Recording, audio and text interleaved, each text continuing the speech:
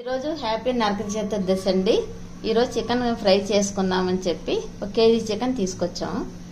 అదే దానికి కావాల్సిన సామాన్లన్నీ కూడా మసాలా రెడీ చేసామండి. చెక్క, లవంగం, యాలకులు, మరాఠీ మొగ్గ, జీలకర్ర, సోపు, తర్వాత గసగసాలు ఇవన్నీ కూడా వేపుకోవాలండి. మళ్ళీ మిక్సీ పట్టుకోవాలి.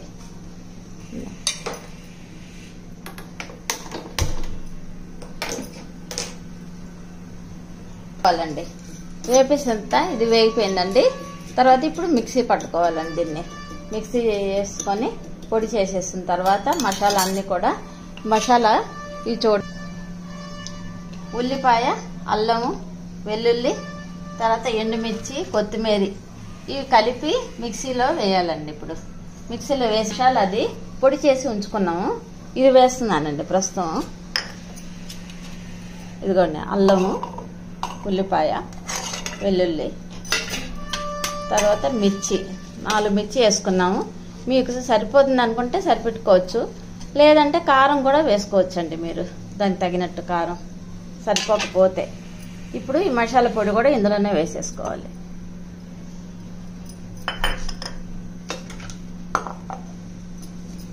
వేసి ఇప్పుడు దీన్ని ఇదిగోండి మసాలా ఇలాగా పొడి అంతా కలిపేసి మసాలా వేసుకున్నామండి.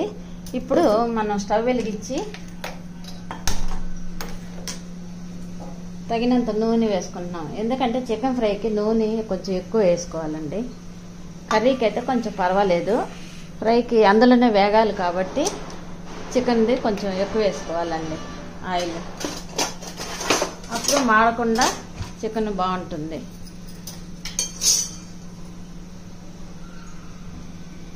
నూనె ఇదిగా నూనె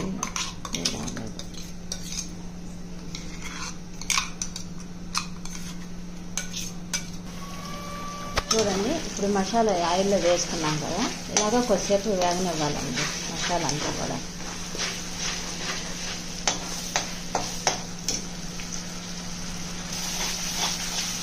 ఇవ్వండి ఈ విధంగా చికెన్ వేగిపోయిందండి. మసాలా ఇప్పుడు మసాలా చూడండి, నూనె తేలిపోయేంత వరకు కూడా మసాలా వేపాలండి. మసాలా అప్పుడు కొంచెం వాసన అది రాకుండా బాగుంటుంది. ఇప్పుడు చికెన్ అందులో వేసేసుకోవాలి.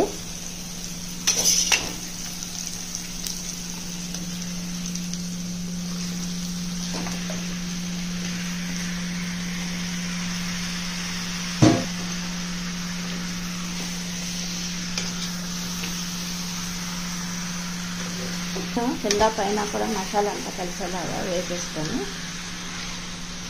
కొంచెం అందులోని పసుపు పొడి వేసుకోవాలండి.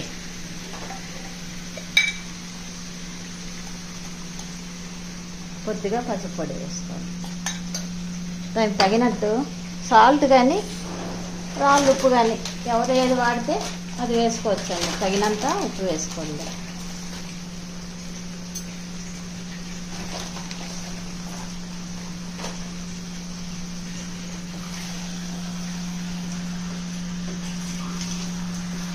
కొద్దిసేపు అంతా కూడా కింద పైన అంతా కలిపేసి అలా సిమ్లో పెట్టేసుకోవాలి. కొంచెంసేపు హైలో పెట్టేసి మళ్ళీ సిమ్లో పెట్టేసి మూత పెట్టండి. అప్పుడు చికెన్ అలాగా వేడి మెత్తగా ఉంటుంది. మసాలా అంతా ముక్కలకి పడతారండి బాగా. దీనికి కారం అంతా కూడా మీకు కావాల్సితే వేసుకోవచ్చు, లేదంటే లాస్ట్లో వేసుకోవాలండి అది కూడా. ఇప్పుడు ఇంకా మూత పెట్టేయచ్చండి. దీనికి కొద్దిసేపు మళ్ళీ కలుపుతూ ఉండాలండి. అప్పుడప్పుడు కలిపేసుకున్న తర్వాత కొద్దిసేపు నీరంతా వస్తుంది కదండి, అప్పుడు మూత పెట్టేస్తే ఈ పెద్ద ముక్కలు అన్నీ కూడా ఉడికినట్టు బాగా వేగుతుందండి. చూడండి, ఇలా మూత పెట్టి తీసిన తర్వాత ఇలా నీరు వస్తుంది కదా, ఈ నీరంతా కూడా ఇంకిపోవాలండి. కాకపోతే అప్పుడప్పుడు ఇలాగా కలుపుతూ మూత పెడుతూ రండి. అప్పుడు చికెన్కి పెద్ద ముక్కలు కదా అవన్నీ కూడా ఉడికిపోతాయి. బాగా పళ్ళు లేని వాళ్ళు కూడా బాగా తినచ్చండి. ఫ్రై అంటే గట్టిగా ఉంటుందేమో అనుకోవచ్చు, కాకపోతే ఇలా చేసుకుంటే మెత్తగా వస్తుందండి. మళ్ళీ కొద్దిసేపు మూత పెట్టేద్దామండి. 5 మినిట్స్ అయింది కదండి. ఇప్పుడు చూడండి, ఇది నీరంతా ఇంకిపోయింది, నూనె తేలుతుంది కదా. కారం అయితే మేము కొంచెంగా వేసుకుందాం అనుకుంటున్నాము, మాకు సరిపోదు కారం, మేము ఎక్కువ తింటాము. మీరు అందరూ కూడా చూసి మీకు కావాల్సిన కారం మళ్ళీ ఒక స్పూన్ వేసుకోవచ్చండి. మేము కొంచెం కారం వేసుకుంటున్నామండి.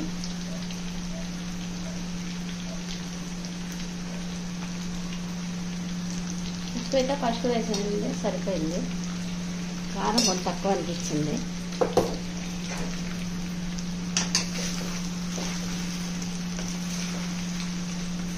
నీరంతా ఇంకిపోయింది, ఆయిల్ ఉంది కాబట్టి ఇంకొక కారం వేసాం కాబట్టి ఒక 5 మినిట్స్ సిమ్లో పెట్టేసి ఆఫ్ చేసేవచ్చండి. ఇప్పుడు కొత్తిమీర కూడా వేసేస్తున్నాను.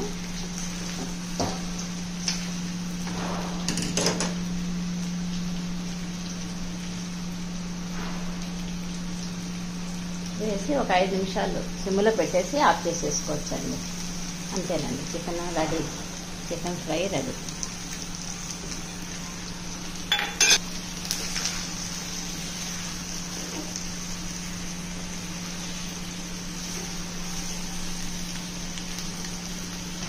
చూసారండి, కొత్తిమీర అంతా వేసాము, అంతా ఒకసారి కలిపేసి ఇప్పుడు చికెన్ రెడీ.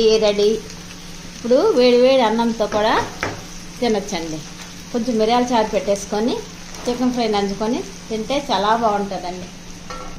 ఇదిగోండి, మిరియాల చారు రెడీగా ఉంది. చికెన్ ఫ్రై కూడా 2 మినిట్స్లో అయిపోతుంది. అంతేనండి, చికెన్ రెడీ.